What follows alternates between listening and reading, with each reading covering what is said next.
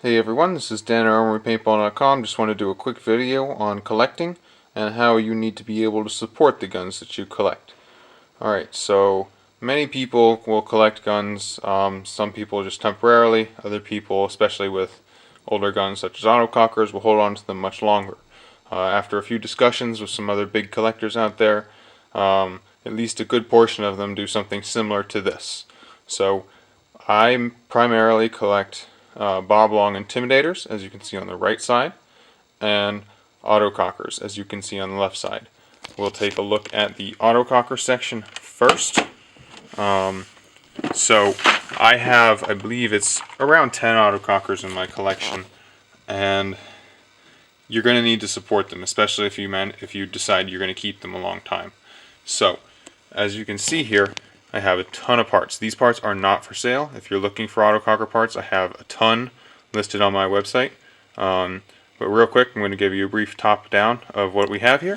So as you can see right here, we have some valves and hammers. I personally like to keep the Oracle valves because they're made of stainless steel. They're a little bit better construction. Working on getting some hammers right now.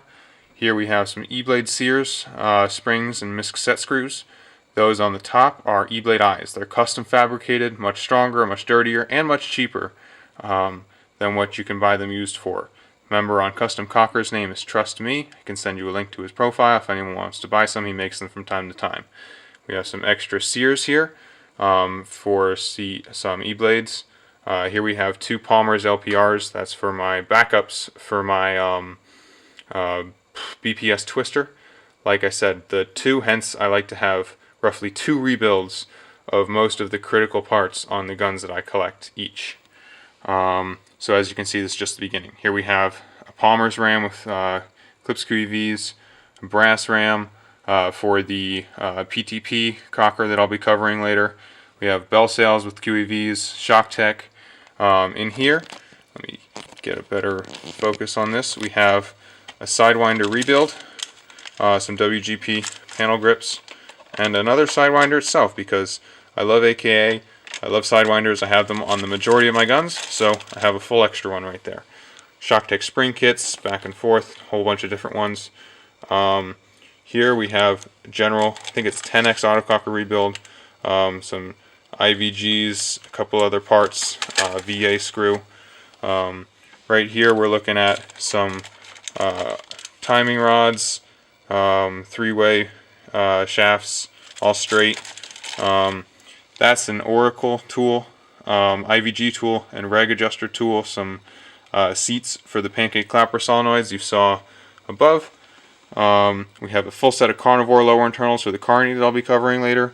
And I believe that's it for autocockers. I just started this last January, and I'm going to be working heavily on grabbing some very nice parts for this in the future.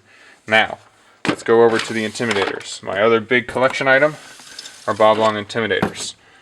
This I have a lot more on right now, just because these parts are a little bit easier to find, and they're becoming a little bit harder to find. So, up at the top here we have some solenoids and some extra parts. These work on Gen 1 through 4. They even work on marks. You just have to flip the centerpiece. Right there, those are some feed necks for the original Dark and Texas Storm that I have in my collection. There's a Dragon LPR. That is actually a bob long twister torpedo. Here, these are the gold basically. We have wiring harness and some membrane pads. These are extremely hard to find now. I can't find them anywhere. I need some more. If you have some, let me know. This is some 2K2 wiring for some of the 2K2 intimidators I have in my collection. Here we have some bolts. We have a backup species bolt, some hosing. Those on the bottom there, those are 2K5 and 2K2 ram sleeves. Down here, these are kind of getting harder to find. We have LCD screens, as well as II Sports is currently carrying brand new 2K2 boards. Pick some of those up. I believe they're $9 or $10 each. We have some reg inside pieces. Poppets are getting harder to find. Right there, that's 3 frenzy boards. Some eye covers, some detents, full rebuilds, Let's see what else we have in here. We have some eyes, those are big, and then we also have some ram caps of different stock and aftermarket and everything else. So these are the parts that I have so far. Looking to get a whole bunch more for my own personal collection.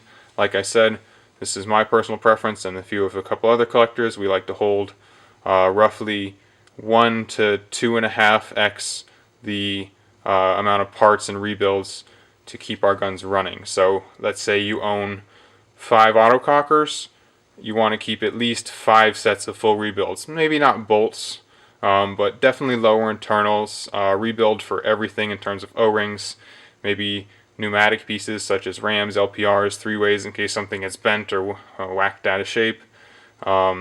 Maybe some internals for things that wear out. But beyond that, not too much.